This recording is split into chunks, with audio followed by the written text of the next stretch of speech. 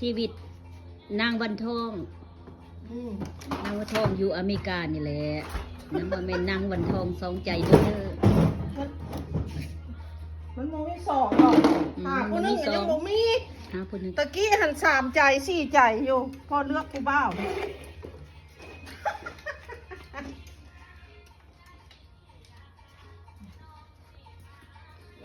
เอาเนี่ยนี่เป็นเครื่อง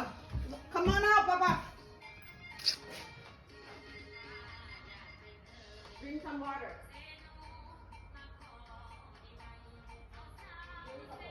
เพิ่นสิเอาพอเฒ่าเพิ่นสิเอาอันผัวเพิ่นไปห้องหมอไปปัวแขวปะมาวังแล้วนี่บ่ได้ปัวเพราะว่าเขายังถากวดเลือดพวกใดสิเป็นอันเลือดอุดตันนะคลอกนะ blood clot นะเขาต้องกวดเลือดก่อนเขาสิถอนแขวอันนี้กำลังสิออกมาแล้วอันนี้พอเฒ่าชาลีนี่เพิ่นชื่อชาลี I'm on camera now. เฮ้อ where you gotta go ฮะ Charlie มาอีกแล้ว ฮัลโหล ฮัลโหล where you gotta go Huckabee. ชากะพี่ I don't for know what where we're going. ฮะ for what Ask one. for your teeth เออ you are smiling so nice Hi. that's my boyfriend yeah see he gotta go to the dentist know my stuff. Oh my Nice to God. see you. nice to see you how old are you I'm getting old. you getting old no there's a car right there gotta go to the car I'll make it. okay be careful don't walk so fast Yeah, great. yeah you have a break yep don't walk so fast slow take time okay take your time My sister watching for me and just take time and help yourself. take your time Okay? I take this guy to the clinic first. uh-huh Can you get in? Yeah. Put my head over there, please. for dentist Yeah, wow you are lucky I know. your I life am so lucky. your life so lucky Charlie Yeah, I am too. Look, yeah, I'm still alive. 1 2 Nice to see you. nice to see you Thank you. เงินอยู่ในกระปุกหันอะไร เราเท่าไรได้นี่จักปีแล้วนั่งวัน ฮะ แล้วจักปีแล้ว 86สิเข้าเลย 86 ปีพี่น้องเอ้ยเพิ่นสิไปถอนแขวเพราะว่าแขวมันตันอยู่ในอันนั้นน่ะแขวมันออกมาอยู่แต่ว่าอันถอนออกบ่ได้นะเพราะเพิ่นเป็นอัน blood clot นะ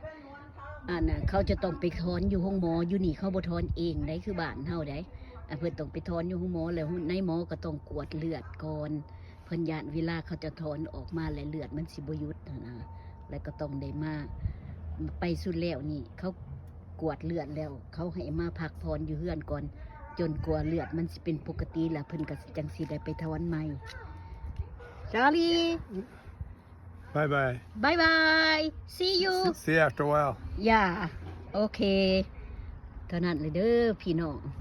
เพิ่นนั่นสิไปถอนแขวละบาดนี้เพิ่นก็ได้ขี่รถไปอันนั้นเมียนอันเมียเพิ่นนั่นแหล้วเนาะที่แค่เมียเพิ่นก็ยังหนุ่มอยู่เนี่ย Pretty much. เห็นไหมเพิ่นก็คอยเองนี่นะ Brand new, my มา friend. เฝ้าอันนั้นกะลาเซลให้เพิ่นซ้ำซ่าเพิ่นไปห้องหมอแล้วกลับมาอันนี้คัสเตอร์มือมาซื้อเครื่อง เพิ่นก็สิได้ไปอันผ้าพอเฒ่าชาลีไป Have a good holiday, okay? Soon, right? ว้าว Lovely out today. I know. Now we've got some more Christmas lights. yeah thank you Cute girl. Cute girl. I know. cute No girl boy, huh? no boy Two boys. Two brothers? They have 3 boy cousins. Yeah, I know, right? Bye, sister. bye เพิ่นก็สิอันนั้นพาผู้เฒ่าไปหมอเนาะจังได๋เพิ่นก็กลับมาดอก โอเค นี่แหละชีวิตของเฮาเฒ่ามาแล้ว พี่น้องเอ้ยต้องมีเงินเด้อบ่แม่นเฒ่าไปละเฒ่าไปซื่อๆได้ต้องมีเงิน แล้วก็ตายไปบ่ได้เอาไปนำมันก็ถูกอยู่ดอก แต่ว่ามันบ่ตายนี่ติมันหยุ่งมันต้องได้ใส่เงิน ใส่ค้ำใส่เงิน ถ้าว่าเฮาเป็นคนเฒ่าคนแก่แล้วหั่นนะเพิ่นก็มีอยู่ดอกประกันภัยอิหยังจ่ายให้เฮาแต่เฮาก็ต้องเซฟมานี่ไว้ให้ตัวเองฮักตัวเองหลายๆเด้อพี่น้องบ่มีไผฮักเฮาได้เฒ่ามาคันบ่มีเงินนะเอาคักๆนี่เงินก็บ่สวยบ่ได้เด้อพี่น้องคันบ่แข็งแรงฉะนั้นแหละพยายามเด้อหัดกายเฮ็ดให้ตัวเองแข็งแรงอยู่ตลอดแล้วเวลาเฒ่ามาจังบ่ได้เป็นภาระแล้วก็ภาระให้ลูกให้เต้าให้ลูกให้หลาน เด้อเป็นถ้าว่าเพิ่นเอาเฮาไป